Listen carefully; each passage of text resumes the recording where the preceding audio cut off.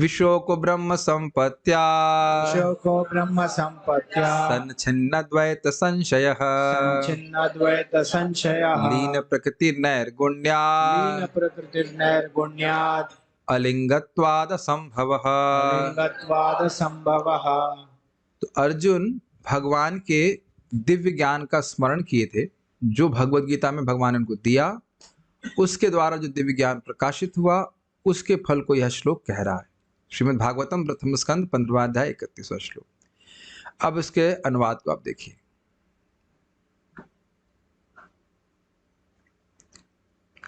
इसके दो अर्थ हैं, इसलिए ध्यान से सुनिएगा। आध्यात्मिक संपत्ति से युक्त होने के कारण उसके द्वैत के संशय पूर्ण रूप से छिन्न हो गए। इस तरह वह भौतिक प्रकृति के तीनों गुणों से मुक्त होकर अध्यात्म में स्थित हो गया। अब जन्म तथा मृत्यु के पाश में उसके फंसने की कोई आशंका न थी, क्योंकि वह भौतिक रूप से मुक्त हो चुका था। अन्वय देखिए। ब्रह्म संपत्त्या, इसका अर्थ है आध्यात्मिक संपत्ति के अधिकारी होने से, यानी कि प्राप्त होने से। अब आध्यात्मिक संपत्ति का अर्थ देखिए, अगर आप ब्रह्म संपत्ति का अर्थ सीधे सीधे ले, जो ब्रह्म का अर्थ होता है, मतलब अपने को आत्मा के रूप में देखने का सामर्थ्य, ब्रह्मभूत प्रसन्नात्मा। लेकिन ब्रह्म का अर्थ कृष्ण भी है, तो चक्रवर्ती पाद इसका अर्थ कृष्ण लेंगे।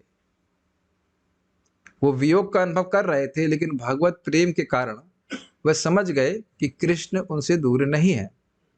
तो कृष्ण रूपी संपत्ति के कारण विशोक, वह शोक से रहित हो गए। ये समझ में आ रहा है। देखिए, अगर जीव की बात करें, बद्ध जीव की, तो वह अपनी शरीर से पहचान करने के कारण यह इस भावना से या इस संपत्ति से रहित रहता है कि वह आत्मा है, जीव है, और इस कारण से बार बार वह शोक करता रहता है। अगर आप एग्जॉस्ट चला रहे हैं तो खिड़की को पीछे खोल दीजिए, नहीं तो प्रयोजन नहीं है उसका। हाँ, और नहीं तो एग्जॉस्ट बंद करते, जैसे भी चाहें, एग्जॉस्ट ना बंद कीजिए, खाली खिड़की खोल दीजिए, खिड़की खोल दीजिए। हाँ, ब्रह्म संपदा समझ रहे हैं। इस समय हम लोग आत्मा के स्वरूप से च्युत हैं, हम अपने स्वरूप से च्युत हैं, गिरे हुए हैं। तो हमारी दो भावनाएं क्या प्रत्यक्ष दिख रही हैं? शोचती कांक्षती, शोक करते रहते हैं और आकांक्षा करते हैं भौतिक वस्तुओं के लिए। तो जब जी अपने आप को हम आत्मा के रूप में समझ लेते हैं, तो इस शोक और इस आकांक्षा से मुक्त हो जाते हैं। तो एक अर्थ ये हो गया कि भगवत गीता का ज्ञान सुन करके वह अपने को आत्मा के रूप में अनुभव किए, इसलिए शोक आदि से मुक्त हो गए। इन दो शब्दों का अर्थ समझ रहे हैं। दूसरा, विशोक, उनको शोक हो किस बात का रहा था? राज्य जाने का शोक हो रहा था, कृष्ण से विमुख नहीं, कृष्ण से विरह का अनुभव हो रहा था, इस कारण से। तो अब जब समझ लिए कि कृष्ण का संपर्क दूर कभी है ही नहीं, तो इसलिए विशोक।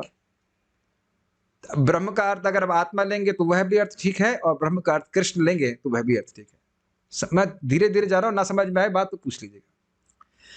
संचिन्न द्वैत संशय, उसके द्वैत के संशय पूर्ण रूप से छिन्न हो गए। इसमें बड़े बड़े अलग अर्थ लिए गए हैं। एक द्वैत, क्या मैं शरीर हूं कि आत्मा हूं ऐसे करके बहुत सारे इस अर्थ लिए गए, उसको टीका में पढ़ेंगे। लेकिन जब इस प्रकार की आत्मा की संपत्ति या भगवान की संपत्ति से युक्त हो गए, तो सारे उनके द्वैत रूपी संशय समाप्त हो गए। शोक और मोह को भी द्वैत कहा गया है। डुअल, द्वैत मतलब होता है दो, वो सब समाप्त हो गए। क्या कृष्ण मुझे विरह के समुद्र में निमज्जित करके दुखी करेंगे, या कृष्ण मुझको मिलेंगे? तो इस प्रकार के द्वैत से भी मुक्त हो गए। कृष्ण तो मेरे हृदय में ही है। देख रहे संशय का कितना अर्थ है। अभी आप घबराइए के बाद जब टीका पढ़ेंगे तो सब समझाएगा। थोड़ा थोड़ा इंट्रोड्यूस करा रहा हूं आप लोग को। लीन प्रकृति नैर्गुण्यात, इस तरह वह भौतिक प्रकृति के तीनों गुणों से मुक्त होकर अध्यात्म स्थित हो गया। इसका अर्थ क्या है? प्रकृति के गुण जो हैं, प्रकृति के गुण अविद्या के, प्रकृति अविद्या के कारण व्यक्ति गुणों के द्वारा प्रभावित हो रहा है। तो लीन प्रकृति मतलब प्रकृति के गुणों को उनकी अव्यक्त अवस्था में लीन कर दिया, उससे मुक्त हो गए। कहने का आशय ये है, इसलिए नैर्गुण्यात, इसलिए वह निर्गुण हो गए, अपने स्वरूप में स्थित हो गए, गुणों के प्रभाव से मुक्त हो गए। अलिंगत्वात्, भौतिक शरीर से वीन होने के कारण। अब इसका अर्थ क्या है ये थोड़ा समझ लीजिए, यहाँ पे तो आपको टीका समझ में आ जाएगी। देखिए, लिंग शरीर अर्थात सूक्ष्म शरीर जो मन बुद्धि अहंकार का बना रहता है ना, उसको लिंग शरीर कहा जाता है। और वही लिंग शरीर बारंबार अन्य स्थूल शरीर के निर्माण का कारण है। तो अलिंगत्वाद मतलब उनका स्थूल, उसका सूक्ष्म शरीर ध्वस्त हो गया, समाप्त हो गया। भाई सूक्ष्म शरीर गुणों से बना हुआ है, प्रकृति जड़ वस्तुओं से बना है, तो वही समाप्त हो गया। तो अब असंभव, अब जन्म तथा मृत्यु के पाश में उसके फंसने की कोई आशंका नहीं थी। केवल एक अर्थ है, दूसरा अर्थ सुनने के लिए तैयार रहिए। अर्थ यह है कि उनका तो सूक्ष्म शरीर था ही नहीं। क्या समझ नहीं आ रहा? क्यों? उनकी प्रकृति के कारण, स्वभाव से भगवान के पार्षद है। तो समझ में क्यों नहीं आ रहा है कि उनका सूक्ष्म शरीर नहीं है? तो कह रहे लीन मतलब जो समझ में नहीं आ रहा है। अब आपको समझ में आ रहा है कि अर्जुन का सूक्ष्म शरीर नहीं था। भाई कोई वस्तु किसी में लीन हो जाती तो दिखती नहीं है ना। तो सामान्य जीव को यह नहीं दिख रहा है कि किस प्रकार से अर्जुन का शरीर चिन्मय है, उसमें स्थूल और सूक्ष्म शरीर नहीं है। मैं दोनों अर्थों को लेकर चल रहा हूं, तो चक्रवर्ती पाद अर्थ ले रहे हैं और जो इधर सीधा सा भी ले रहे हैं। इसलिए मैं थोड़ा थोड़ा आप लोगों को उधर का आस्वादन करने का प्रयास करा रहे हैं। अभी टीका पढ़ेंगे तो समझ में आ जाएगा, इसीलिए कहा था थोड़ा पढ़ के आइए। ठीक है, घबराइए मत, हम साथ में आपके। सीधे सभी की टीका पढ़ते हैं। संस्कृत तो बड़ी स्पष्ट है, लेकिन सीधे सभी की टीका पढ़ेंगे तो समझ में आ जाएगा। अर्जुन को जो ज्ञान प्राप्त हो गया था, उस ज्ञान का विशेष फल विशोक इत्यादि श्लोक से बतलाते हैं। उस ज्ञान का, दिव्य ज्ञान का क्या प्रभाव हुआ, यह श्लोक में बता रहे हैं।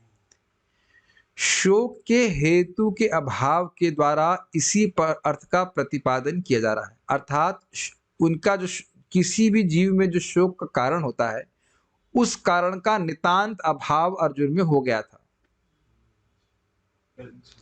यहां आपको यस बोलने के पैसे नहीं मिलेंगे। नहीं समझ में आए तो बताइए। नहीं समझ में आया, जैसे मान लो किसी व्यक्ति को जुकाम हो जाए, तो जुकाम होने का कारण है कोई भी कारण, वायरस वगैरह कुछ भी है। तो अब अगर उस हेतु का नितांत अभाव हो जाए, वो खत्म हो जाए वो कारण, तो जुकाम नहीं होगा। यही बात बोल रहे हैं। शोक के हेतु के अभाव के कारण, जिस कारण से शोक होता वह समाप्त हो गया। प्रकृति के गुणों के कारण होता है, वो सब होता है, वो सब समाप्त हो गया, प्रभाव भी समाप्त हो गया। तो शोक क्यों होगा? शोक तो इसीलिए हो रहा है ना कि मैं अहम और ममता की भावना रहती, मैं शरीर हूं और शरीर संबंधित वस्तुएं मेरी है, इनको, इसके कारण ही व्यक्ति तो शोक कर रहा है ना। आप सब जानते हैं ना, जीरो से जीरो की हमारी स्टोरी होती है। कुछ लेके नहीं आए, पानी का एक ग्लास भी नहीं लेके आए, बोतल भी नहीं लेके आए पानी की, और कितना लेके भी नहीं जा रहे, और कितना हम शोक करते हैं कि हमारा कितना नुकसान हो गया या कितना हमारा लाभ हो गया। तो इस शोक का क्या कारण है? अज्ञान है। तो जब अज्ञान नष्ट हो गया तो शोक का कारण नष्ट हो गया कि नहीं? ठीक है। शोक के हेतु के अभाव के द्वारा इसी अर्थ का प्रतिपादन किया जा रहा है। मतलब जो भी शोक के कारण है, उनका नितांत अभाव हो गया था उनके चित्त से, इसलिए वह शोक हो गए। शोक का हेतु द्वैत भ्रम यानी भेद भ्रम है।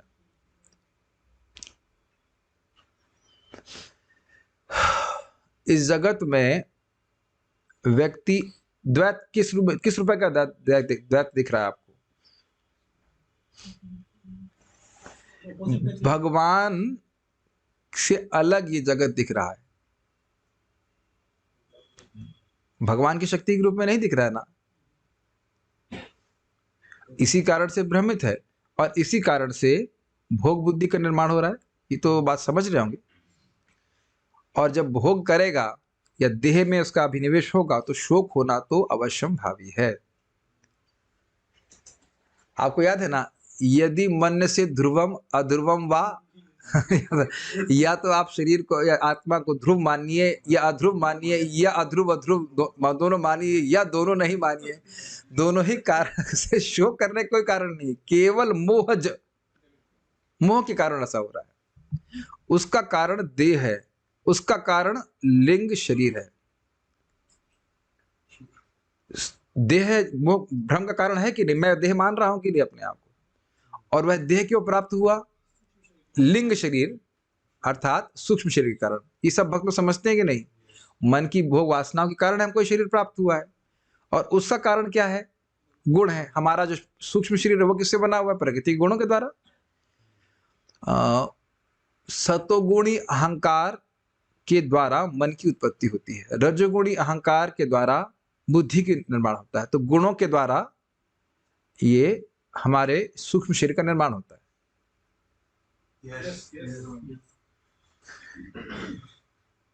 मुझे पूरा विश्वास है कि आप लोग पूरी तरह समझ रहे हैं।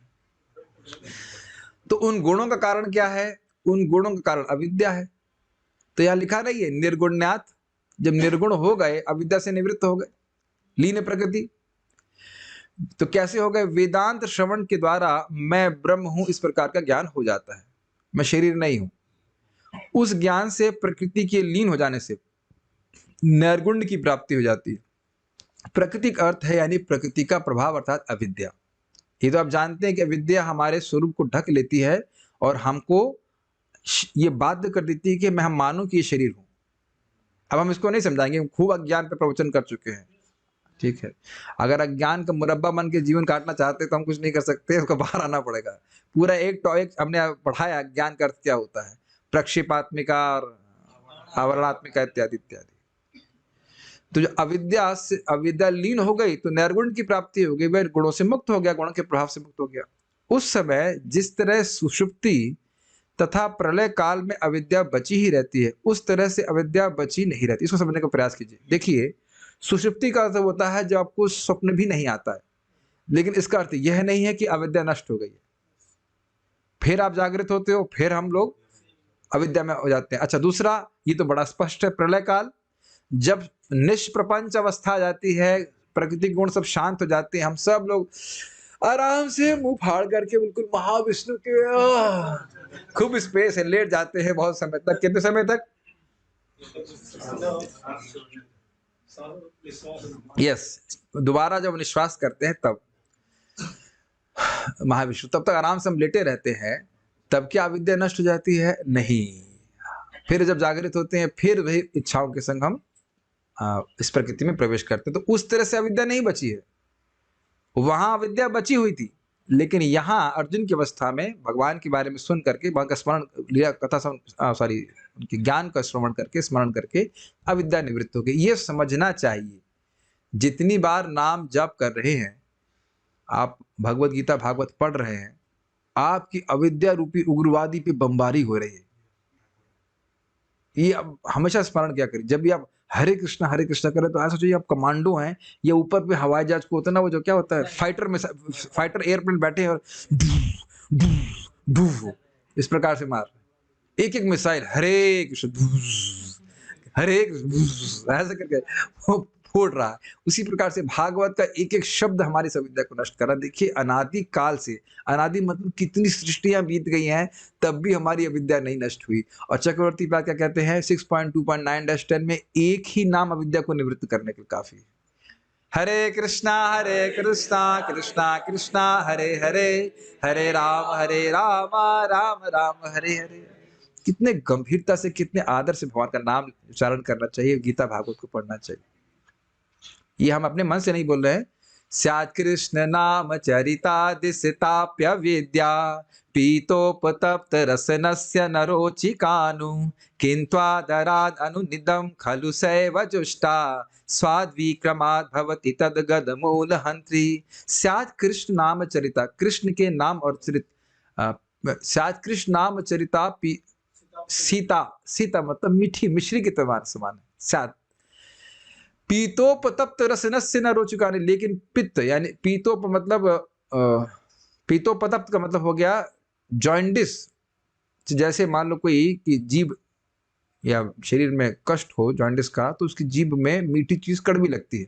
उसी प्रकार से अविद्या रूपी रोग से ग्रसित जीव को भगवान के नाम रूप चरित्र आदि बड़े कड़वे लगते हैं। लेकिन कितने आश्चर्य की बात है, किंतु कितने आश्चर्य की बात है, आदर पूर्वक और अनुनिदम कोई व्यक्ति भगवान का भजन करता है किंत्वादराद अनुनिदम खलु सैव जुष्टा स्वाद्वी क्रमाद भवति तद गद मूलहंत्री।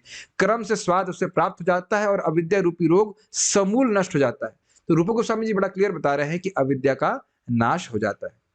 यदि भक्ति रसामृत सिंधु में भी वर्णन है कि अविद्या का नाश भी भक्ति कर देती है। तो समझ रहे हैं भगवान की भक्ति के द्वारा अविद्या का पूर्ण रूप से नाश हो गया, अविद्या बिल्कुल नहीं बची, ये बोल रहा है। उसके कारण नैर्गुण्य हो जाने के कारण गुण के कार्य लिंग शरीर का नाश हो जाता है। अविद्या नष्ट हो गई तो निर्गुण अवस्था प्राप्त हो गई, और गुणों का कार्य, गुणों का इफेक्ट जो ये सूक्ष्म शरीर है उसका भी नाश हो जाता है। ये आप भागवत के 3 स्कंद में देखेंगे, जरयति कोश। ये जो हमारा कोश है, जैसे देखिए हम स्वेटर पहने और अंदर एक क्या कहते हैं कुर्ता पहने, तो कुर्ता जो है वो हो गया एक सूक्ष्म शरीर की तरह, जो बाहर से नहीं दिख रहा है, मोटा मोटी आंतर वस्त्र कह लीजिए, और ये बाह्य वस्त्र हो गया। तो गलने का मतलब है कि हमारा जो सूक्ष्म शरीर है वो गल जाता है, जो कवरिंग है वो समाप्त हो जाती है, ध्वस्त हो जाती है। समझ में आ रहा है, ये बात बोल रहे हैं। अलिंग हो जाने के कारण, अलिंग का अर्थ क्या है, सूक्ष्म शरीर से रहित हो जाने के कारण, मतलब अर्थ यह है कि सूक्ष्म शरीर में अब कोई भोग की वासना नहीं है, समाप्त है। अलिंग हो जाने के कारण जन्म मरण का चक्र मिट जाता है। ये तो बहुत आसान है, जब कोई हृदय में काश ही नहीं है तो जन्म का अवकाश नहीं है। समझ में आ गया ये? जब कोई इच्छा ही नहीं है कि भाई यह मिल जाता तो अगला जन्म क्यों लेना पड़ेगा, ठीक है।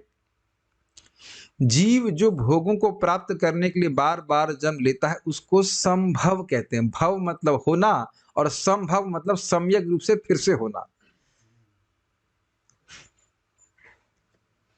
ठीक है। तो अब कोई दोबारा जन्म लेने की संभावना नहीं है, अर्थात स्थूल देह की प्राप्ति अलिंग हो जाने के कारण वह स्थूल देहाभिमान से छूट जाता है। ऐसा मतलब क्या है, देखिए जब सूक्ष्म शरीर समाप्त हो गया, तो सूक्ष्म शरीर ही समाप्त हो गया तो देह से अभिमान क्यों रहेगा। बहुत सिंपल सिंपल बात है, भले लैंग्वेज थोड़ी अजीब सी लग रही है लेकिन कोई कठिन नहीं है। आप लोग हैं, बेहोश तो नहीं हो रहे हैं। फलतः इस परिच्छेद का अभाव हो जाने से उसकी द्वैत भावना विनष्ट हो जाती है, अतः वह विशोक हो जाता है। ये परिच्छेद का अर्थ हम थोड़ा समझ नहीं पा रहे हैं। परिच्छेद का अर्थ होता है लिमिटेडनेस, जो मैं इसको समझ रहा हूँ, परिच्छिन्न, हाँ वही परिच्छेद से होता है। तो देखिए परिच्छेद का मतलब क्या है, मैं इसका अर्थ समझ रहा हूं, एक तो यह है कि मैं टाइम से लिमिटेड हूं, मैं इस समय जन्म लिया और मैं मर रहा हूं।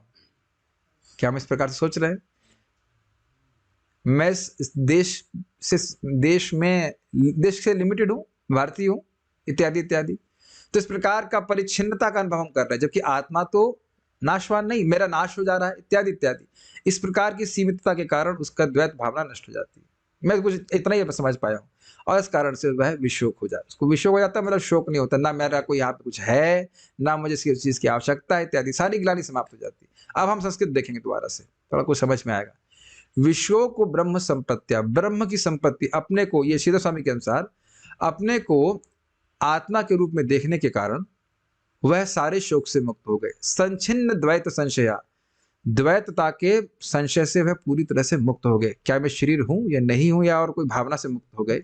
लीन प्रकृति नैर्गुण्यात, वह प्रकृति का जो प्रभाव, प्रकृति अर्थात अविद्या लीन हो गई, समाप्त हो गई, और वह निर्गुण हो गए, गुणों के प्रभाव से मुक्त हो गए।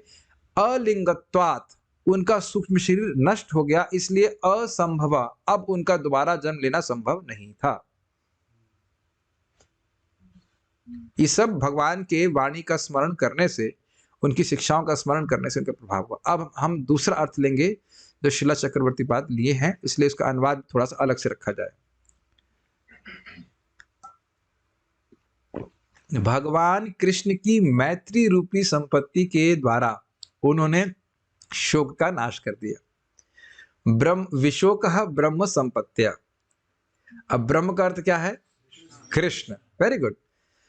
तो क्या, किस बात का शोक हो रहा था? कृष्ण से विरह का शोक हो रहा था। तो कृष्ण से जो मैत्री रूपी संपत्ति थी उसका स्मरण करके वह समझ रहे हैं कि भगवान से तो मैं कभी दूर नहीं हूं, तो उस शोक का नाश कर दिया। ठीक, ये थोड़ा अर्थ आसान लग रहा था समझने में। यस, इसीलिए प्रभुपाद अनुवाद किए आध्यात्मिक संपत्ति से युक्त होकर के। यदि आप पहली बार इस टीका को देख रहे हैं जीवन में तो कठिन लगेगा, लेकिन घबराइए मत, इसको दोबारा कभी नहीं पढ़िएगा। तब आप देखेंगे कि हृदय में ऐसा स्फुरित होगा विरह होना चाहिए ना, विरह महसूस होगा जब भागवत से, तब वो प्रकट होगा।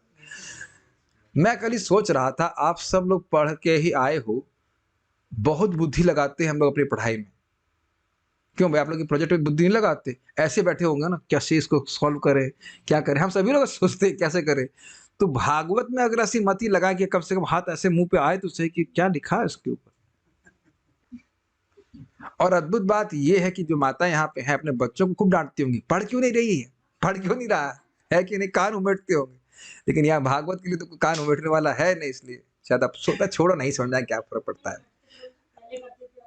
अरे भाई ऐसा बोल रहे हैं, किया तो है ना, किया तो है ना। मार रहे को सामने प्रमाण दे रहा, पिटाई भी हुई है।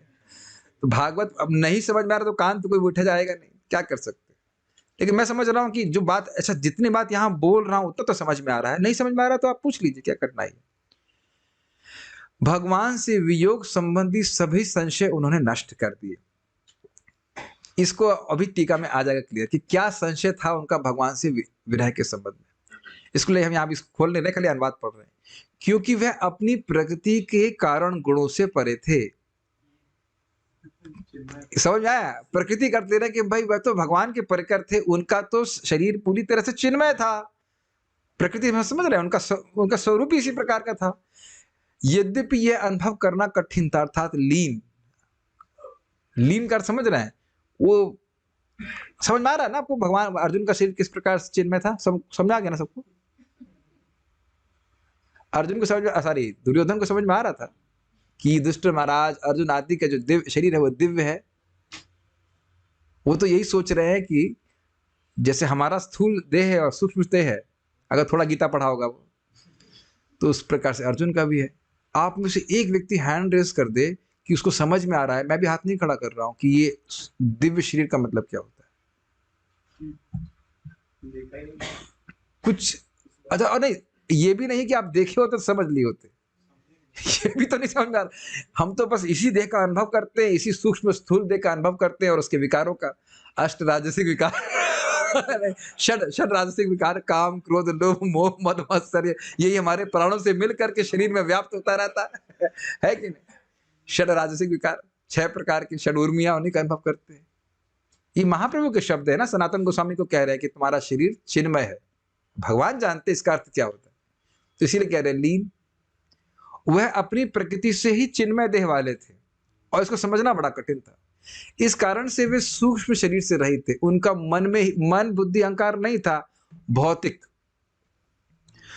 और इस, अच्छा अभी भी नहीं समझ में आ रहा है तो ये बताइए कि अजामिल को जो वैकुंठ के पार्षद दिखे, वो इंसान जैसे लग रहे थे, भले 4 हाथ हो, लेकिन क्या यमदूत समझ पा रहे हैं कि ये वैकुंठ के दूत है, दिव्य शरीर वाले हैं? यद्यपि वो देख रहे हैं जाचल्यमान है इत्यादि इत्यादि, तो समझ वही रहे कि इसी जगत के होंगे, लग रहा कोई देवता होंगे तो कुछ भी होंगे, लेकिन वो ये नहीं समझ पा रहे हैं कि ये जो है वो निर्गुण व्यक्ति। इसीलिए यमराज से जाके कंप्लेन की है कि यमराज जी जाकर के जरूर उनको दंड देंगे। अब तो समझ में आ रहा है ना कि वो यद्यपि वो कोई व्यक्ति चिन्मय शरीर वाला है, सामने प्रकट है, ज्वाजल्यमान है, फिर भी समझ नहीं पाएगा व्यक्ति, वो समझना कठिन है। उन वैकुंठ वासियों का क्या कोई स्थूल या सूक्ष्म शरीर था? तो जब वैकुंठ वासी यहाँ पे घूमते ही रहते हैं, जब चाहे अपने को प्रकट कर सकते हैं, अर्जुन प्रकट नहीं कर सकते अपने आप को। अब कुछ युक्ति से समझ में आ रहा है ना, ठीक है। और इस कारण से उनका भौतिक जगत में पुनः जन्म नहीं होना था। वो ये उन ऐसा नहीं कि उन्हें साधन के द्वारा किया, वो स्वरूप से ही ऐसे है। ये समझना होगा कि जैसे ड्रामा पार्टी होती है तो जो लीडर है, डायरेक्टर है, उसके साथ ही साथ सुदामा प्रभु ऐसे बैठिए, ऐसे बैठिए, हाँ। तो क्या बात कर रहा था मैं, सभी भक्तों को ऐसे बैठना है, ड्रामा ऐसे ऐसे बैठिए, लाइक दिस, नॉट फेसिंग दीवार का सहारा नहीं लीजिए। वो आपको वो जो अगर कठिनाई लग रही पीठ में, सॉरी, तो आप वो हमारा जो क्या कहते हैं नया बनाया गया वो दे दीजिए, लेकिन nobody to shed support of the wall, नहीं तो भागवत ऐसे पढ़ते ही आपको पीछे समाधिस्थ हो जाएंगे, लीन प्रकृति हो जाएंगे, ठीक है, प्रकृति में लीन हो जाएंगे। तो ये समझ लीजिए कि अर्जुन का ऐसा नहीं कि अर्जुन को कुछ साधन करना है जिसके द्वारा भगवान की प्राप्ति हो। जैसे कि ड्रामा पार्टी होती है, वो जो डायरेक्टर होते जाते जाते एक्टर भी जाते हैं, तो भगवान की लीला चलती रहती है, भगवान के पार्षद उनके संग जाती रहते हैं। वह इस प्रकार से जेल में नहीं फंसते हैं। जैसे थोड़ा उदाहरण समझ लीजिए, हम लोग जब जेल में प्रीचिंग करने जाते हैं, आप गए हैं ना प्रभु कभी, तो पहली चीज क्या करते हैं पता है, वो आपके हाथ में कुछ स्टैंप लगा देते हैं। तो ये प्रमाण रहता है कि आप इस जेल के व्यक्ति नहीं है, किसी काम से आ रहे हैं फिर वापस चले जाते हैं। एकदम उदाहरण समझ में आ गया, एकदम समझ में आ गया कि नहीं? गए हो तो आप समझ गए होंगे। नहीं, असली वाला वैलिड कारण से नहीं। तब आप स्वतंत्र नहीं है बाहर आने के लिए। लेकिन भगवान के पार्षद हैं तो वो भौतिक जगत में आते जाते रहते हैं, वो तो घूमते रहते हैं भक्तों की रक्षा करने के लिए, वह कोई बंधन में नहीं पड़ते। अब जरा देखिए, बहुत सुंदर बात भगवत गीता में कहा गया है, कैसे बोलिए, मन्मना भव मद भक्तो मदयाजी माम नमस्कुरु मामेवैश्यसि सत्यम ते सत्य प्रियोस्मे। फिर से एक बार, मन्मना भव मद भक्तो मदयाजी माम नमस्कुरु मामेवैश्यसि सत्यम ते प्रतिजाने प्रियोस्मे। मन मना इसमें बड़ा अच्छा अर्थ लिया गया है। इसका अर्थ देखें, हाँ, इन्होंने तो सीधे भगवत गीता का अर्थ मतलब एक अर्थ लिया, सदैव मेरा चिंतन करो, मेरे भक्त बनो, मेरी पूजा करो और मुझे नमस्कार करो, इस प्रकार तुम निश्चित रूप से मेरे पास आओगे। मैं तुम्हें वचन देता हूँ क्योंकि तुम मेरे परम प्रिय मित्र हो। इसमें बहुत अच्छी बात है क्योंकि भगवान मनुष्यों के बीच में बोल रहे हैं, और इसलिए भगवान मनुष्यों की रीति से बोल रहे हैं। मनुष्य क्योंकि झूठ बोलते हैं इसलिए उनको बोलना पड़ता, अरे हम वचन दे रहे हैं। ये बात समझ रहे हैं? देवता भी कभी झूठ नहीं बोलते। जब देवताओं ने उद्घोष किया था कि देवकी का 8वां पुत्र मारेगा, तो ये नहीं बोले हम सच बोल रहे हैं, ऐसा बोलने की जरूरत नहीं, वो सच ही बोलते हैं। तो जब देवता सच ही बोलते हैं तो भगवान को यह बोलने की क्या जरूरत है कि मैं प्रतिज्ञा कर रहा हूं? क्योंकि जगत में लोग झूठ सुनने के आदी हो गए, इस कारण से सब बोलना पड़ रहा है।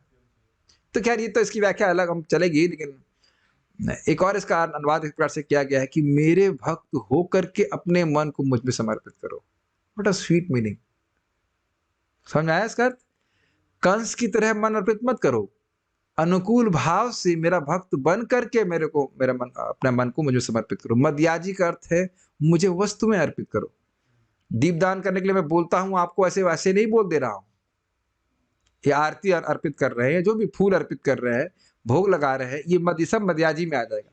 और कोई कहे भगवान ये सब भी नहीं कर पाएंगे, तो कहते हैं माम नमस्कुरु, भाई कम से कम नमस्कार तो करो। वैसे अर्थ यह है कि सभी चीजें करनी चाहिए, लेकिन मेरा भक्त बनकर के मन मना हो। और प्रभुपाद जी उसके 9.9 अध्याय है, उसमें जब श्लोक कोट किया गया है तो प्रभुपाद समझाते हैं कि कंस की तरह स्मरण नहीं करना है जो सोच रहा है कृष्ण अब आएगा मुझे मार देगा। अनुकूल भाव से करना। बहुत सारे अर्थ होते हैं, मुझे ये अर्थ बड़ा अच्छा, ये भी अर्थ बड़ा एक एंगल था, बड़ा अच्छा लगा था कि न सिर्फ मेरे मन मुझ में लगाओ, बल्कि मेरा भक्त बन के मुझ में मन लगाओ। अनुकूल भाव से स्मरण करो। इस श्लोक में श्री भगवान कहते हैं कि थोड़ा स्पेलिंग मिस्टेक, कि तुम निस्संदेह मुझे प्राप्त करोगे। यह भविष्य, ध्यान से सुनिए इस बात को, यह भविष्य में संकेत किया गया है कि हे कौन्तेय, उचित समय पर तुम माम एवैश्यसि अर्थात मुझे प्राप्त करोगे। इस श्लोक में बोला ना कि भविष्य में, भविष्य माम एवैश्यसि का अर्थ क्या है? भविष्य काल में तुम मुझको प्राप्त करोगे। परंतु स्नेहवश मैं आज तुम्हें स्वयं को प्राप्त करने के उपाय का वर्णन कर रहा हूं।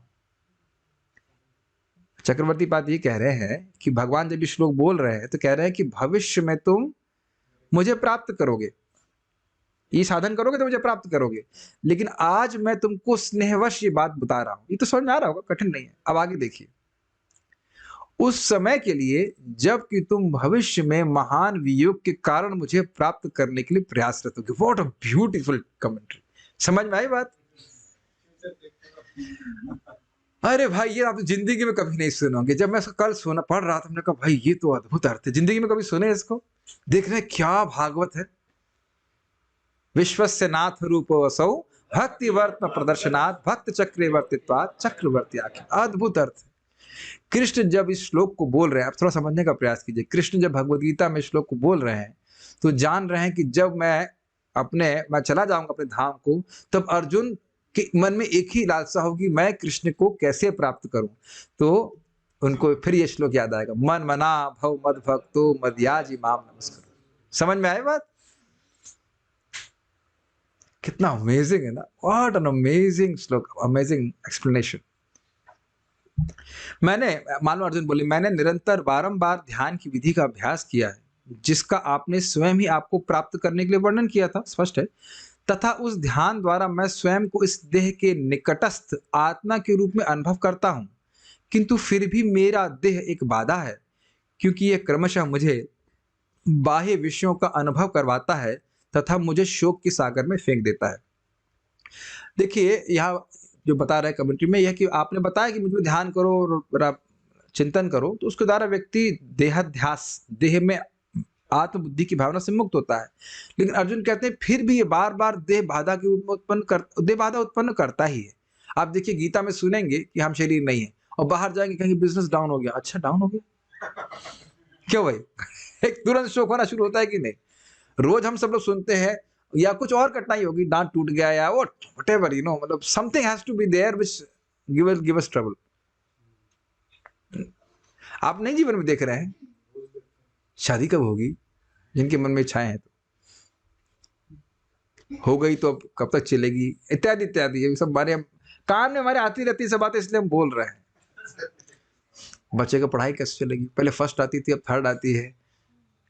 ये सब प्रश्न हमसे किए गए हैं गोलोक के वर्णन के बाद में। हम गोलोक का वर्णन किए, माता जी आके पूछी, एक प्रश्न है प्रभु जी, क्या प्रश्न? ये है कि हमारी लड़की पहले फर्स्ट आती थी अब थर्ड आती, क्या करें? मैंने कहा मैं यहाँ क्यों प्रवचन देने के लिए आया हूँ? मैंने कहा आज मुहूर्त तो गड़बड़ था, हम गोलोक की बात कर रहे हैं और ये देह की बाधा से बाहर नहीं आ रही। कितना महत्वपूर्ण प्रश्न ना, वेरी इंपॉर्टेंट क्वेश्चन। तो आप देख रहे हैं कि दिव्य ज्ञान सुनने के बाद भी ये देह अपने आप में एक बाधा उत्पन्न करता है, शोक उत्पन्न करने के कारण हो जाता है। अतः मैंने मन में निश्चय किया है कि मैं पूर्व अभ्यस्त योग का ही अनुशीलन करूंगा, जो आत्मा को इस देह से विलग करने के लिए समस्त शास्त्रों में संस्तुति किए गए ज्ञान रूपी अस्त्र के सदृश है। योग के अभ्यास के द्वारा व्यक्ति जीव अपने आप को आत्मा को शरीर से अलग करने में समर्थ हो जाता है। वह शस्त्र की तरह, जैसे मान लो कोई गांठ बंधी हुई है, आपने देखा नॉट होती है कहीं कहीं, जैसे पैकेट आते हैं आपके, तो उसमें वो बहुत टेप लगा देते हैं, तो जल्दी खोलना होता तब लेते हैं कैंची और तुरंत काटना शुरू कर देते। मुझे एक इस पे छोटी सी कहानी याद है, बहुत बचपन में कहानी पढ़ी, सुनना चाहेंगे just for making you awake. एक मंत्री था, उसने अपने राजा को मारने के लिए एक बम एक पैकेट में भेजा, और वो पैकेट में उसने खूब गांठें बांध रखी थी। तो उसकी प्लानिंग ये थी कि ये गांठें खोलते खोलते टाइम लगेगा और उतने फट जाएगा, और नीचे वो वेट कर रहा था। तो राजा एक गांठ खोले, दो गांठ खोले, फिर वो है अधीर हो गए, कैंची लाए उसको खोल दिया, देखा बम में बाहर फेंक दिया, मंत्री पे गिर गया, वो मर गया। तो मैं खाली कहने का आशय यह है कि गांठ को धीरे धीरे भी खोल सकते हैं, और अगर आप कुछ अस्त्र ले आए, कुछ कैंची ले आए, तो जल्दी कट जाती है। तो उसी तो कह रहे हैं कि जो योग का अनुशीलन करने से व्यक्ति इस जकड़ से मुक्त हो जाता है। विद्यते हृदय ग्रंथि छिद्यन्ते सर्व संशया। तो भागवत कथा सुनने से, योग के अभ्यास मतलब भगवान पे ध्यान के अभ्यास के द्वारा ये कट जाता है। यद्यपि मैं आध्यात्मिक जीव हूं, परंतु यह जिज्ञासा न करते हुए कि मैं कृष्ण का नित्य परिकर हूं अथवा भगवान नारायण का, मैं इतना ही जानता हूं कि मैं अदम्य प्रेम युक्त एक प्राकृत मनुष्य ही हूं। अब देखिए अदम्य क्या मतलब, दमन करने का अर्थ समझते हैं आप, दबा देना, और अदम्य का अर्थ क्या हो गया, जिसको दबाए नहीं जा सकता। तो ये भावना इनकी यहाँ पे अर्जुन की हो रही कि भाई हम अब भगवान कृष्ण के परिकर हैं या नारायण के परिकर, उससे हमारा कोई मतलब नहीं, लेकिन हम एक इंसान है, और हम अनुभव कर रहे हैं कि हमारी अत्यधिक आसक्ति श्री कृष्ण में है। ये क्या अर्जुन के लिए अनुभव करना कठिन था? नहीं था। परंतु उस स्थिति का आच्छादन करने मात्र के लिए ही मैंने क्षण भर के लिए रोगारूढ़ अर्थात योग की स्थिति प्राप्त की है, यह इस श्लोक में कहा गया। ये यहां तक लिंक था, घबराइए, जितनी बात समझ में आ रही उतना समझ लीजिए। मतलब कुछ समय के लिए कि इस भावना से मुक्त होने के लिए कि मैं एक प्राकृत शरीर धारण किया वाला व्यक्ति हूं, उसलिए मैंने योग का अभ्यास किया, बस इतना बात बोल रहा है। हमारा यहाँ पे कर्तव्य है कि जो टीका है उसको समझा दें, बाकी आप लोग उसको दोबारा पढ़ेंगे, समझेंगे, तो फिर बात समझ में आएगी। ऐसा नहीं कि मैं एक बार बोलूंगा तो सब समझ में आ जाएगा, या मुझको ही पूरा समझ में आ गया, ये भी मैं क्लेम नहीं कर रहा। योग का अभ्यास किया, भगवान पे ध्यान करने का अभ्यास किया। ब्रह्म की संपत्ति प्राप्त करने पर शोक नष्ट हो जाता है, मतलब अपने को आत्मा के रूप में अनुभव करने के द्वारा शोक नष्ट हो जाता है। ये सूत गोस्वामी का उनके अभिमत अनुसार ही कथन है, जैसा सूत गोस्वामी जी सोच रहे हैं। वस्तुतः जगत की संपत्ति को त्याग करके व्यक्ति भगवान श्री कृष्ण की प्रकट तथा अप्रकट लीलाओं में श्री कृष्ण की नित्य प्रिय मित्रता प्राप्त करके शोक से मुक्त हो जाता है। यह ब्रह्म संपत्ति का अर्थ है। समझ में आया? ब्रह्म संपत्ति का अर्थ सूत गोस्वामी किस प्रकार से कर रहे हैं? आपने को आत्मा के रूप में देखने के लिए। लेकिन चक्रवर्ती बात कह रहे हैं, इसका अर्थ यह है कि जगत रूपी संपत्ति को त्याग कर कृष्ण से जो प्रेम रूपी संपत्ति उसको प्राप्त करके जीव शोक से मुक्त हो जाता है। क्या श्लोक है? कुंती महारानी की प्रार्थना में एक हम लोग श्लोक सुने थे, नमो किंचन वित्ताय निवृत्त गुणवृत्त। ये एकदम क्लियर हो गया। नमः अकिंचन वित्ताय, जो अकिंचन है, जो इस जगत की किसी भी संपत्ति को अपना नहीं मानते, उनके वित्त उनके धन कृष्ण आप हैं। और वो कैसे हैं? निवृत्त गुण वृत्ते। ऐसे भक्त भी गुणों की वृत्ति से, रजोगुण तमोगुण सतोगुण की वृत्ति से मुक्त है, और कृष्ण भी इसी प्रकार से मुक्त है। वही बात यहाँ पे आ रही है कि नहीं? तो ये ब्रह्म संपत्ति का अर्थ समझ पा रहे हैं जी? व्यक्ति को द्वैतता के संशय को पूर्णतः छिन्न कर देना चाहिए। व्यक्ति को संदेह होता है कि क्या मेरा देह से संबंध है अथवा नहीं।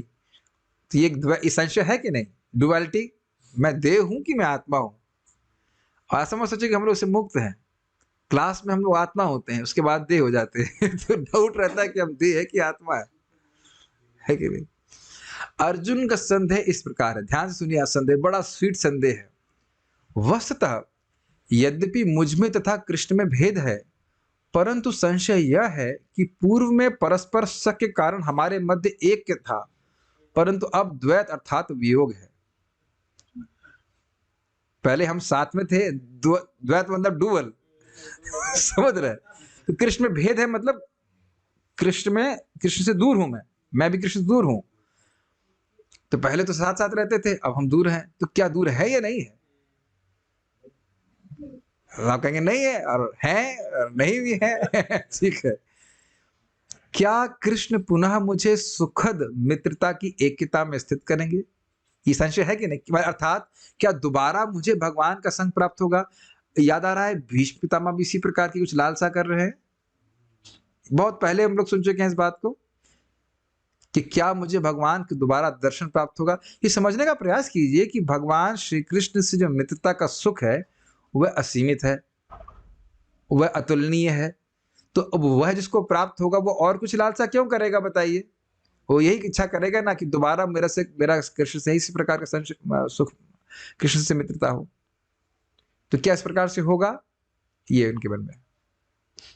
अथवा इसका अर्थ हो सकता है कि वह अपने इस ध्यान में संदेह को छिन्न कर देते हैं कि क्या वह द्वैत अर्थात वियोग द्वारा मुझे दुख सिंधु में निमज्जित कर देंगे। यानी कि संचिन्न द्वैत संशय, उनके मन में संशय आ रहा है कि हो सकता है कि कृष्ण मुझको अपने वियोग के द्वारा दुख के सागर में निमज्जित कर दें। लेकिन उस द्वैत को वह, या उस संशय को वह सम्यक रूप से छिन्न कर दिए भगवान की वाणी का स्मरण करके। क्योंकि आप जानते हैं भगवान की वाणी का चरण का स्मरण करके उनको भगवान की अनुभूति हो रही। तथा प्राकृत जगत में जन्म लेने वाले व्यक्ति के लिए भी भावी संस्कृति का भय नहीं होना चाहिए, क्योंकि प्रकृति को उसके गुण रहित पदार्थ में लीन करने के कारण उसका कोई जन्म नहीं हो, उसका पुनर्जन्म नहीं है। इसका अर्थ क्या? देखिए, इस जगत में भी कहने का अर्थ यहाँ पे है कि जो प्राकृत व्यक्ति है, प्राकृत जगत में जन्म लेने वाले व्यक्ति, मतलब हम सब लोग जन्म ले रहे हैं, तो यदि हमारा सूक्ष्म शरीर नष्ट हो जाता है तो हमको दोबारा जन्म नहीं लेना पड़ेगा। ये गुणों के प्रभाव से, अविद्या के द्वारा हमको जो भी शरीर प्राप्त है वो नष्ट हो जाएगा, दोबारा जन्म नहीं लेना पड़ेगा। अगर और समान शब्दों में कहें, अगर भौतिक वासना सब नष्ट हो गई तो दोबारा जन्म नहीं लेना पड़ेगा। अब तो समझ में आ गया। अर्थ स्पष्ट है। तथापि उनके अर्थात अर्जुन के लिए वस्तुतः कोई पुनर्जन्म नहीं है, क्योंकि अलिंगत्वात् अर्थात उनका कोई सूक्ष्म शरीर नहीं है। समझ में आ रहा है?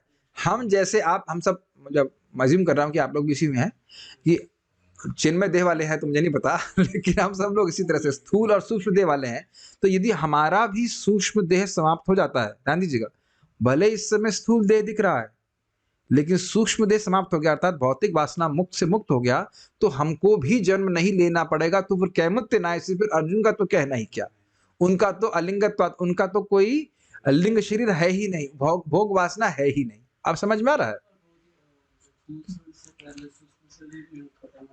हाँ, चेतो दर्पण मार्जनम, चित्त का सफाई हो गई, कोई सारी भोग की वासना समाप्त, तो आपका सूक्ष्म शरीर समाप्त।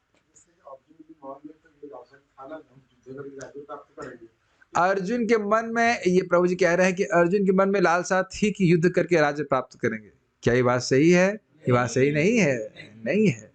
वो तो ये कह रहे थे कि ये राज्य का तीनों लोगों का राज्य प्राप्त होगा तब भी मैं सुखी नहीं हो सकता। ध्यान देना होगा, ठीक है। और ये बात समझ लेना होगा कि अगर उस प्रकार की बातें वो बोले भी है कि युद्ध तो हम, राज्य तो हम युद्ध लेके ही प्राप्त करेंगे, वो सब भगवान के की योग माया शक्ति के प्रभाव में हो रहा है। ऐसा नहीं कि उनको राज्य की कोई लालसा है। अभी आप देखेंगे, जैसे सुना भगवान चले गए, सब छोड़ दिए, तो उनका तो कोई सूक्ष्म शरीर नहीं, क्योंकि प्रकृति अर्थात स्वभाव से ही, स्वरूप से ही भगवान कृष्ण का सखा होने के कारण वह प्रकृति अर्थात गुणों से परे हैं। तो ये दिखता क्यों नहीं है? ये उनका स्वभाव क्यों नहीं दिखता है? जो लीन अर्थात अनुभव कर पाना कठिन है। क्या अनुभव कर पाना कठिन है? कि किस प्रकार से अर्जुन सूक्ष्म शरीर से रहित है।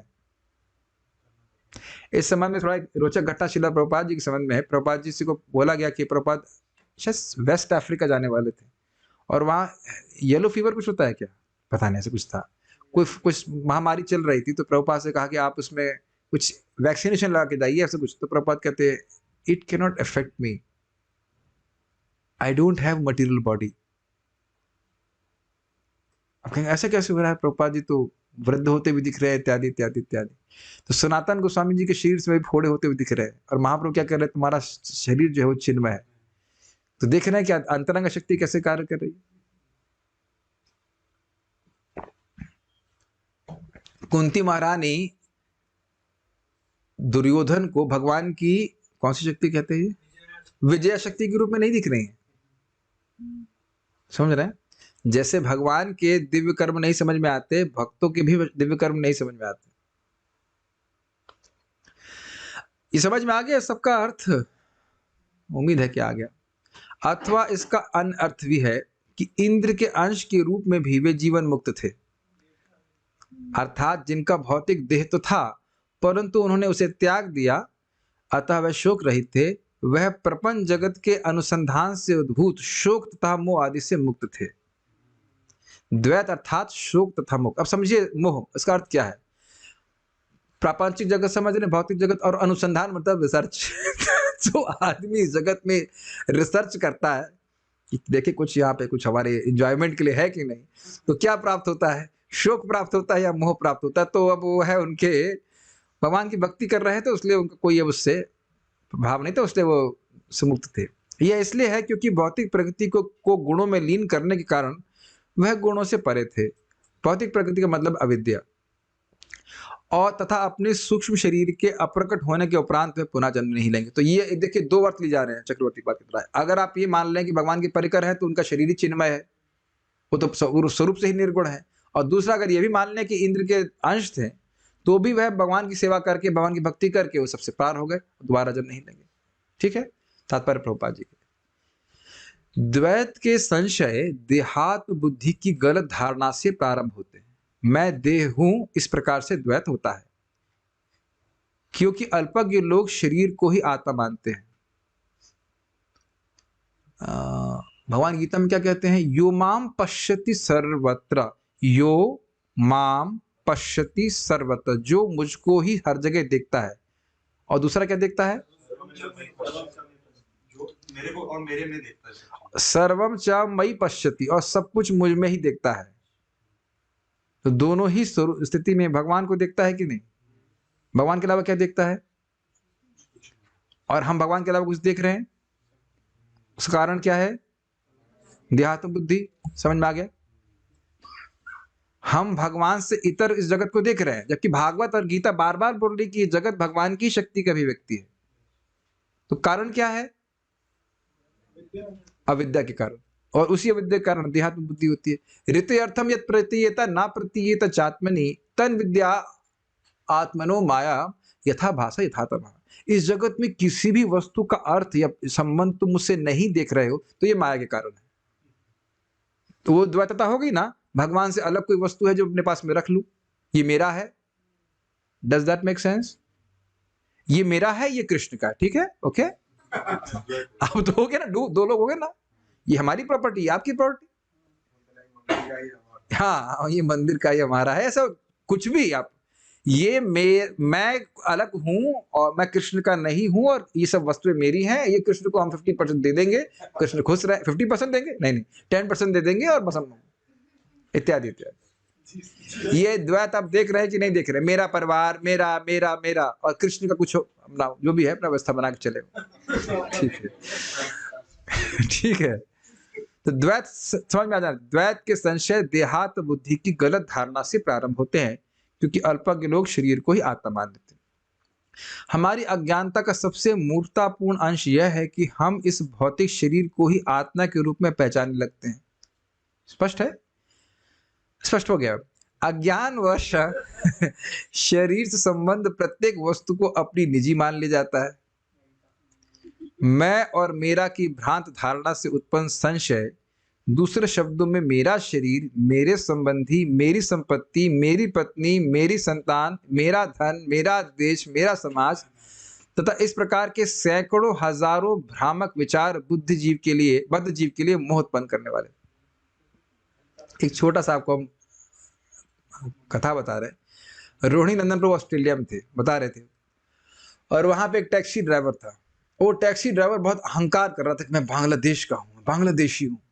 तो प्रभु जी पूछे कि भाई बांग्लादेश की सृष्टि तो बांग्लादेश के रूप में 1971 में हुई, उससे पहले तो वेस्ट पाकिस्तान था, तो आप पाकिस्तान हो कि क्या, पाकिस्तानी हो कि बांग्लादेशी? अब उसको दिमाग घूम गया। अच्छा, पाकिस्तान की सृष्टि भी सन 47 में हुई है, तो आप बताइए पाकिस्तानी है कि भारतीय है? तो प्रश्न बन जाएगा कि आप भारतीय हैं कि पाकिस्तानी है कि क्या है, बताइए। एक सोचने वाली बात है ना। और हम लोग भी कहते हैं हम इंडियन है, तो इंडियन शब्द भारतीय है, तो सोचने वाली बात है ना। बहुत सारे संशय हो जाएंगे। ये बताइए कि जो फोटो अपने घर का जो अपने बचपन का फोटो है, वो आप व्यक्ति हैं, या जैसे भी आप दिख रहे हैं वो व्यक्ति हैं, या जब 30 साल बाद जो दिखेंगे वो व्यक्ति हैं? सी संशय बन जाएगा ना, कौन से किसको मैं बोल रहा हूं। अगर आप इस शरीर को मैं बोल रहे हैं, तो कौन मैं है वो? और जिसको मेरा बोल रहे हैं उसका भी तो स्वरूप परिवर्तित हो गया, तो किसको मेरा बोल रहे हैं? संशय आ जा रहा है कि नहीं? हम लोग कई बार उस बात को बोले, 7 साल में शरीर चेंज हो जाता है। तो मान लीजिए किसी की शादी को 7 साल हो गए हैं, हंस रहे हैं, हाँ नहीं बोल हो गए। चलो आपको नहीं, आज हम छोड़ दे रहे हैं। साधु सेवन प्रभु हो गए ना 7 साल, 14 हो गए। आपको विश्वास है ना कि जिससे शादी हुई तो वही है ना माता जी? हाँ बिल्कुल विश्वास है। लेकिन साइंस के अनुसार 7 साल में तो 2 बार शरीर चेंज हो गया है। तो संशय हो जाएगा ना, किसको मेरा कह रहे हैं, बताइए किसको मेरा कह रहे हैं? ये सब भ्रामक विचार है। अच्छा, मैं शरीर हूं कि मेरा शरीर है, ये भी एक संशय हो जाएगा। क्या ये मेरा शरीर है? क्या मैं ये शरीर हूं? इसमें भी संशय आ जा रहा है कि मैं ये शरीर हूं कि मेरा शरीर है। और आप जानते हैं सारी भावना गलत है। और कितना अद्भुत है ना, पिछले जन्म में भी हम इतना ही मान रहे थे जितना अभी मान रहे। हम बारंबार इस बात को बोलते हैं, अपने पे हंसना चाहिए हम लोग को। हम जितना पिछले जन्म में मान रहे थे उतना ही, उससे कम नहीं, टोटल उतना ही मान रहे हैं इसी शरीर को भी। और इसी जन्म में जितना मैं अपने आप को अपना शरीर मान रहा था 5 साल की उम्र में, उतना ही 2022 में 39 साल का हो जाने के बाद इस शरीर उतना ही मैं मान रहा हूं कि मैं ये शरीर हूं। और तो भक्ति करने से थोड़ा सा पकड़ ढीली हो जाती है, ऐसी बात नहीं है, लेकिन नहीं भक्ति कर रहा होता तो उसी में अब्जॉर्ब रहता। क्वाइट अमेजिंग है।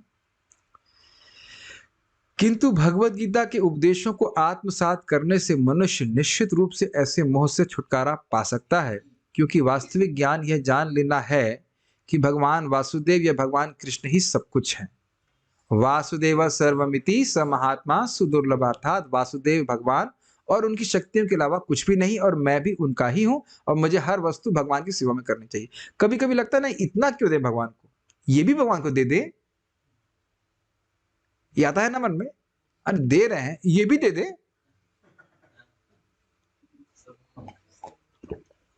तो अगर मन में ये आ रहा है कि हम ये भी दे दें, तो संशय है ना कि क्या ये शायद ये भगवान का नहीं है।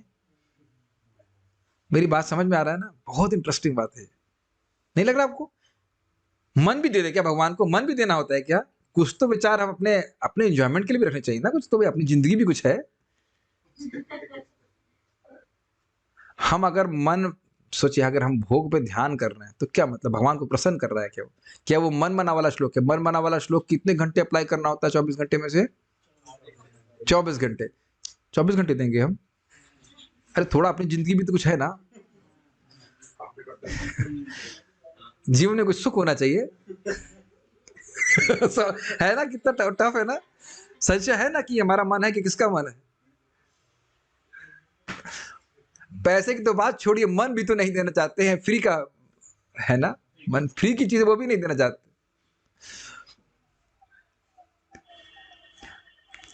प्रत्येक वस्तु उनकी शक्ति की आंशिक अभिव्यक्ति है। श्योर, एक एक बात पे संशय हमको हो रहा है।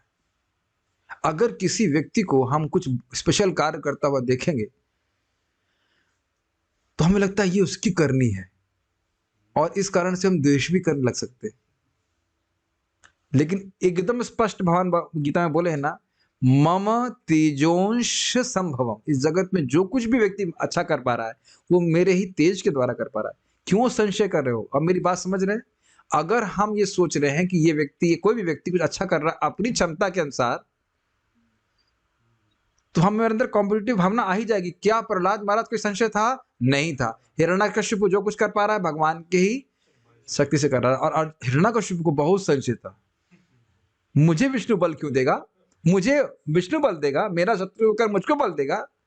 क्लियर है ना? संशय है ना? यस। शक्ति तथा शक्तिमान अभिन्न है, अतएव पूर्ण ज्ञान के प्राप्त होते ही द्वैत का भाव समाप्त हो जाता है।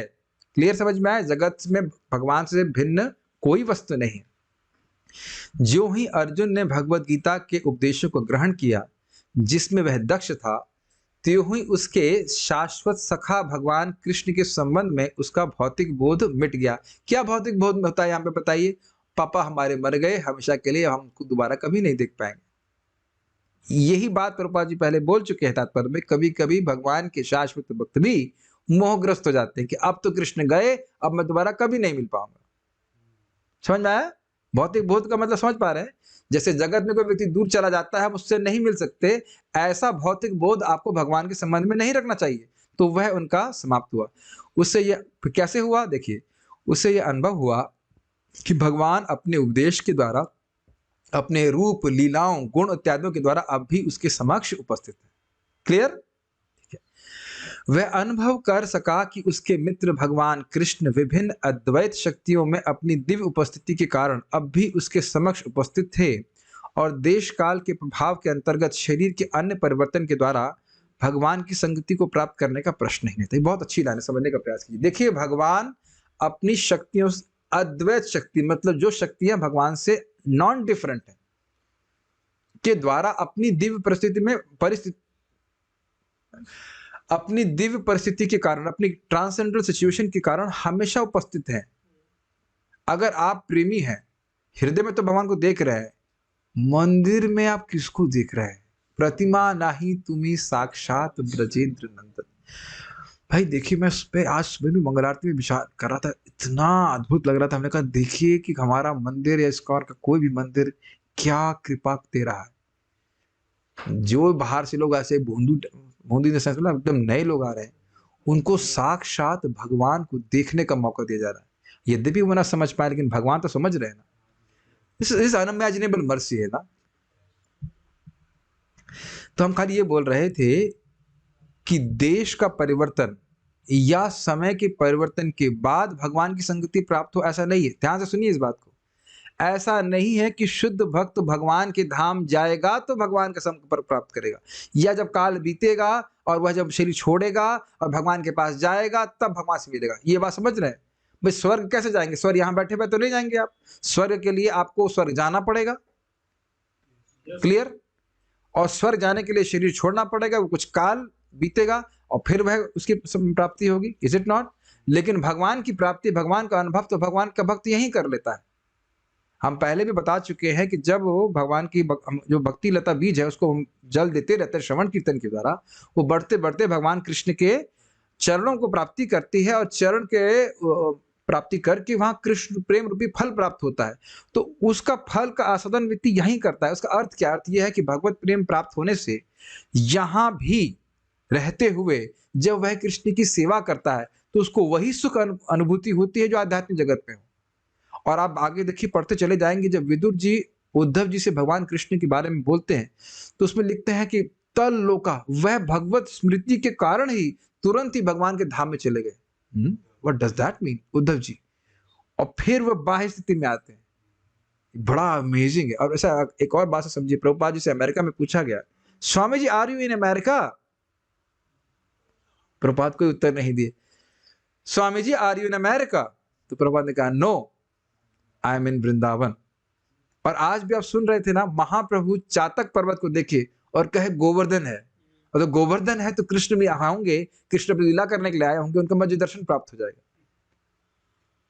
You are where your consciousness is. ठीक है? अन्येरा हृदय माना मोरा मान वृंदावन, मनवने एक कोरि मानी। समझ में आ गया? जिसके भगवान का प्रेम है जिसके हृदय में, वो तो उसके हृदय में लीलाएं स्फुरित होती रहती, जैसे पिक्चर देखते हैं ना लोग यहाँ पे, इस तरह से। प्रेमांजन छुरित भक्ति विलोचनेना संतः सदैव हृदयेषु विलोकयन्ति। क्लियर? तो ऐसा नहीं है कि देश और काल का परिवर्तन होगा, यहाँ बैठे बैठे भी व्यक्ति भगवान की लीला का दर्शन कर सकता है। और आप जानते हैं वाल्मीकि जी क्या बोल रहे हैं? भगवान नाम का उच्चारण करने से भगवान की लीला मुझे कैसी दिखाई पड़ रही है? जैसे हाथ में रखा हुआ आंवला। कल आपने जब आंवले का जूस बनाएंगे, पहले हाथ में आंवला रखिएगा, कहा वाल्मीकि जी ऐसे बोल रहे थे। आंवला देख के आपको स्मरण हो जाएगा वाल्मीकि जी के शब्द। कितना अद्भुत बात है। कब होगा वो पता नहीं, लेकिन जब भी होगा आनंद आने वाला है। ठीक है कि नहीं? परम ज्ञान प्राप्त करके मनुष्य इस जीवन में भी भगवान की निरंतर संगति में रह सकता है, यदि वह केवल परमेश्वर का श्रवण कीर्तन चिंतन तथा पूजन करे। अभी हमको ये अलग अलग दिखता है, लेकिन आप लोगों को सबको अनुभव, कभी आपको अनुभव नहीं हुआ कि कृष्ण के नाम में सुख, विशेष सुख है जप करते हुए? You can not explain that. लेकिन उससे आप सभी भक्तों को, जो स्पेशली वृंदावन में आते हैं, सुबह उठ लें बढ़िया आराम से 8 बजे तक, नहीं 3 बजे आप नींद पूरी हो जाए, 3 बजे उठ करके बढ़िया से आप नाम जप कीजिए, विशेष सुख मिलता है। जो हमारे सामने बच्चे जापक बैठे हैं, तो मैं उनको अनुरोध करूंगा कि इस प्रकार से आप खूब लाभ उठाएं। 2, ढाई 3 बजे उठ जाइए, कौन सा आपको नौकरी करनी है आपकी, बाद में फिर से रेस्ट कर लिए जो कुछ भी है। लेकिन अमेजिंग लॉटरी वाला टाइप समय, ब्रह्म मुहूर्त तो यहाँ का स्पेशल है। आप लोगों ने अनुभव भी किया होगा, यहाँ का ब्रह्म मुहूर्त कुछ अलग ही है। राजकोट में कितने कोट बजा दीजिए, लेकिन वो भजन नहीं हो सकता, नहीं हो सकता ना। Immediately you feel the taste of spiritual energy. तो आप लोग को भगवान कृपा करके लाए हैं, जब शरीर छूट जाए तब चले जाना राजकोट, ठीक है?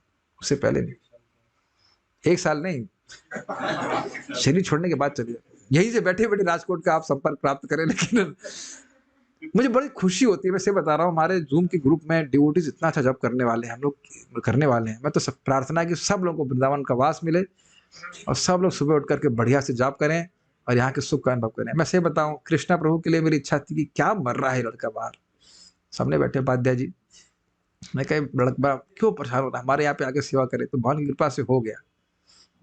तो अब भगवान हमारी इच्छा पूर्ण करते हैं, तो ये इच्छा करने में क्या दिक्कत है कि कोई भक्तों की भक्ति करे साथ में। पता नहीं भगवान क्यों करते, लेकिन कर देते हैं। मतलब ये सब करते क्यों मुझे पता नहीं, हम कोई योग्य नहीं है, लेकिन स्वभाव जब फोकस करने ले जाते हैं तो भगवान कर देते इच्छा। आपके लिए इच्छा ये है कि आप दुख में ना जाए। You understand what does that mean? ठीक है? तो द्वैतता, आज मैं सोच रहा था रामकृष्ण प्रभु इस समय कितने खुश हैं। देखो एक्चुअली अगर आप विचार कीजिए, बहुत खुश हैं। मंगल आरती जाते हैं, जप करते हैं, प्रसाद भी बढ़िया खाने को मिल रहा है, मृदंग अच्छा बजाते हैं, कीर्तन करते हैं, कथा सुनते हैं, कोई बोलने वाला नहीं है, क्या कमा के लाया। लेकिन इस द्वैतता में शायद आप नॉट कमेंट, श्रवण कीर्तन चिंतन के द्वारा और प्रत्यक्ष आप अनुभूति करते हैं। दिन में कितनी कितनी बातें होती हैं, लेकिन भागवत पढ़ करके जप करके कितना संतुष्टि प्राप्त होती है। आप ये देख रहे हैं कि पिछले 1 घंटे से कोई हमारा झगड़ा नहीं हुआ है, कोई ऐसी बात नहीं हुई जिससे हम उद्विग्न हो रहे हो। Don't you feel strange?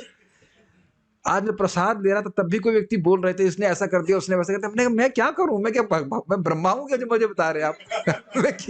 मुझे गुस्सा आ गया, मैं क्या मैं खाना छोड़ दूं क्या? क्यों बोल रहे हैं? आप लोग ये एक्सपेरिमेंट करना, आधा घंटा आप ऐसे कोई बात कीजिए, 15 मिनट बाद कोई ऐसी बात आ ही जाएगी, आप उद्विग्न हो जाओगे।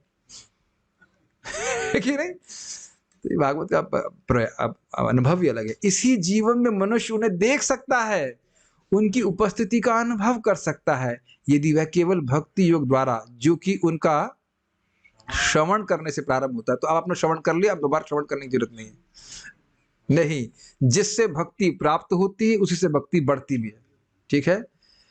अद्वैत ज्ञान भगवान को जान ले। अद्वैत ज्ञान भगवान का मतलब है जो भगवान अपने नाम रूप गुण लीला आदि से अभिन्न है, ये अद्वैत ज्ञान का अर्थ होता है। भगवान चैतन्य कहते हैं कि केवल भगवान नाम कीर्तन से ही शुद्ध चेतना के दर्पण की धूल को हटाया जा सकता है, अर्थात वो काम क्रोध आदि के कषाय को हटाया जा सकता है, और उस धूल के हटते ही मनुष्य तत्काल समस्त भौतिक बंधनों से छूट जाता है।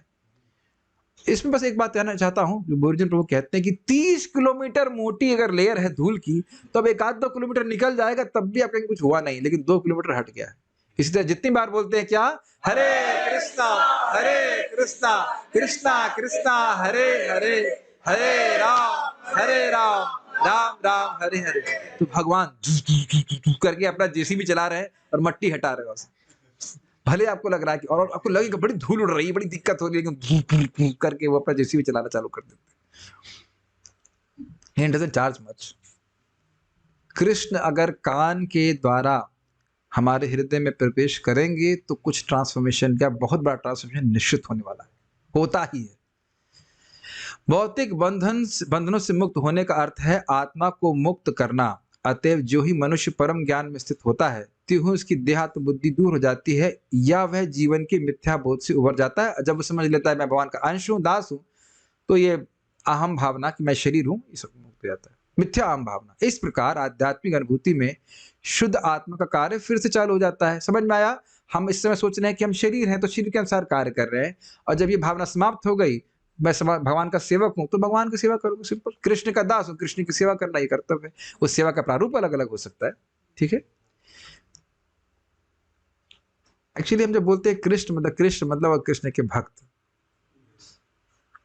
Just think about it, my whole life, मैं बोला ये मैं मतलब मैं नहीं बोल रहा my, now my whole life is to please Krishna and those who are dear to Krishna. Think about that. अब अगर वाकई हम लोग स्थित हो गए इस चेतना में, तो हमको अब जो बाकी जो जीवन है उसमें यही करना है कि कृष्ण को सुखी करें, और कृष्ण को जो प्रिय उनके भक्त उनको सुखी करें। And just a little bit of this, कैसे बोलूं मैं, थोड़ा सा भी आप इसमें कुछ करते हैं, आप बहुत सुखी हो जाएंगे। कृष्ण बहुत प्रसन्न होते हैं, भक्तों को सुखी कर दें और भगवान को सुखी कर दें। ये काम चालू करना है फिर से। जीव की यह व्यवहारिक अनुभूति, प्रैक्टिकल रियलाइजेशन, प्रकृति के तीनों गुणों सतो, रजो तथा तमो गुणों से उसके मुक्त होने पर संभव हो पाती है। भगवत कृपा से, मतलब जब गुण से मुक्त होता है तो उस समय समझ में आती है बात कि मैं जगत का नहीं हूं, मुझे भगवान की सेवा करनी है, वैष्णवों की सेवा करनी है। भगवत कृपा से शुद्ध भक्त तुरंत भगवत धाम को चला जाता है, और भक्त की पुनः बद्ध जीवन में फंसने की कोई संभावना नहीं रह जाती, उसके हृदय में कोई मोह नहीं रह जाता। जब तक मनुष्य में प्रामाणिक शास्त्रों द्वारा नियत की गई भक्तिमय सेवा के द्वारा आवश्यक आध्यात्मिक दृष्टि प्राप्त नहीं हो जाती, तब तक उसे भगवान की उपस्थिति का अनुभव नहीं हो पाता। ये लाइन को हाईलाइट क्यों किया गया है? जब तक व्यक्ति प्रामाणिक शास्त्र, भगवत गीता, भागवत इत्यादि के अनुगत्य को स्वीकार करके उसके अनुसार जीवन को नहीं ढालता है, तो क्या कभी उसका हृदय शुद्ध होने वाला है? ना जी ना, बिल्कुल नहीं होगा। जब हृदय शुद्ध होगा नहीं तो भगवान कहाँ दिखने वाला? ये प्रभुपाद कह रहे हैं। भगवान की उपस्थिति का अनुभव करना है तो उसको शास्त्र के अनुसार भक्ति करनी होगी। हम लोग क्या सुने हैं? ना ना ना ना ना ना, हम नारद जी की बात बोलते हैं। इति मंत्र अभिधानेन मंत्र मूर्तिम अमूर्तिकम यजेत यज्ञ पुरुषम स सम्यग दर्शनः पुमान। वहां पे नारद जी एक मंत्र बोलते हैं विष्णु मंत्र का, प्रद्युम्नाय नरिद्धाय नमः संकर्षणाय च इति। इस प्रकार से जो भगवान विष्णु के मंत्र का उच्चारण करता है, तो जो उसके द्वारा भगवान का यजन करता है। कैसे ये भगवान का यजन करता है? जो मंत्र मूर्ति है, जो जिनका स्वरूप ही ये मंत्र है, और अमूर्तिकम जिनका कोई प्राकृत रूप नहीं है, इस प्रकार से भजन करता है, तो ससम्यक दर्शन पुमान, वह सम्यक रूप से भगवान का दर्शन करने में समर्थ हो जाता है। समझ में आ रहा है? तो ये मंत्र कोई मन से तो नहीं बनाया गया, उपनिषद का मंत्र है, नारद जी दे रहे हैं। उसी प्रकार से हरे कृष्ण मंत्र है, तो हरे कृष्ण मंत्र अगर कोई जाप करता है, शास्त्र में वर्णित है, कालांतर में भगवान का दर्शन प्राप्त करेगा, और अपने मन गणन तरीके से वो नाम उच्चारण करेगा या और कुछ करेगा तो उसको लाभ नहीं प्राप्त होगा। सीधी बात प्रभुपाद करें। यह शास्त्र विधि मुत्सृज्या वर्तते काम कारतः न स सिद्धिम अवाप्नोति न सुखम न पराम गतिम। जो शास्त्र की विधि को त्याग करके अपने मन माने तरीके से कार्य करता है तो उसको सिद्धि प्राप्त नहीं होती, न स सिद्धि अवाप्नोति, न सुखम, न सुख प्राप्त होता है, न परागति प्राप्त होती है। तो उसको घुमा दीजिए। जो शास्त्र के अनुसार चलता है, अपने मन के अनुसार नहीं चलता है, तो उसे सुख प्राप्त होता है, उसे सिद्धि प्राप्त होती है और परम गति भी प्राप्त होती है। क्लियर? ठीक है। अर्जुन को यह अवस्था कुरुक्षेत्र के युद्ध स्थल में बहुत ही पहले प्राप्त हो चुकी थी। अतएव जो ही उसे भगवान की अनुपस्थिति का अनुभव हुआ कि तुरंत ही उसने भगवत गीता के उपदेशों का आश्रय लिया, और इस तरह वह अपनी मूल स्थिति को फिर से प्राप्त हो गया। अर्जुन का आखिरी शब्द क्या है?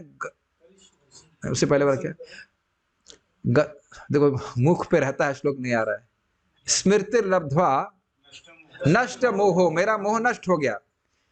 नष्ट मोहो स्मृति लब्ध्वा त्वत्प्रसादात् मयाच्युता, मेरा मोह नष्ट हो चुका है। तो ये प्रभात कह रहे हैं कि ये अर्जुन को पहले स्थिति प्राप्त हो गई थी कि वो कृष्ण के अंश हैं, आपके अनुसार कार्य करेंगे। नष्टो मोह, मेरा मोह नष्ट हो गया है कि मैं ये देह हूं। उसके बाद स्मृति लब्धा, स्मृति आ गई है कि मैं आपका हूं, मुझे आपका भी नहीं आपका ही हूं, और आपकी प्रसन्नता के लिए कार्य करना है। नष्ट मोह स्मृति लब्ध्वा, कैसे हो गया भाई? ये त्वत्प्रसादात् मयाच्युता, आपकी कृपा से हो गया मुझ पर। क्यों अच्युत हैं आप? अपने भक्तों पर कृपा करने से चूकते नहीं है, अच्युत। क्या करोगे फिर? स्थितोस्मि, मैं अपने स्वरूप में स्थित हो गया हूं। गत संदेह संशय छिन्न संशय, अब क्लियर हो गया, संशय मेरा चला गया है, जैसे यहां बोल रहे हैं। और करिष्ये वचनम तवा, मैं आपके वचनों का पालन करूंगा। तो वही बात बोल रहे हैं कि अब वहां संशय समाप्त हो गया, और यहां संशय क्या था? भगवान से दूर हैं, चले गए, तो भगवान की स्मृति करके फिर कहने भगवान तो हमेशा मेरे सामने है। ये बात, वह विशोक की अवस्था अर्थात समस्त शोक तथा चिंता से मुक्त होने की अवस्था है। क्या अवस्था है? कि मैं भगवान से कभी दूर नहीं हूं, भगवान मेरे पास है, मैं उनके संबंधित हूं, इत्यादि इत्यादि। तो यहाँ रुकेंगे। कोई प्रश्न में कोई प्रश्न है यहाँ पे? Okay, there are no questions, so shall stop here, but we will definitely chant Narsingh स्तोत्र। So श्रीमद् भागवतम की जय। श्रील प्रभुपाद।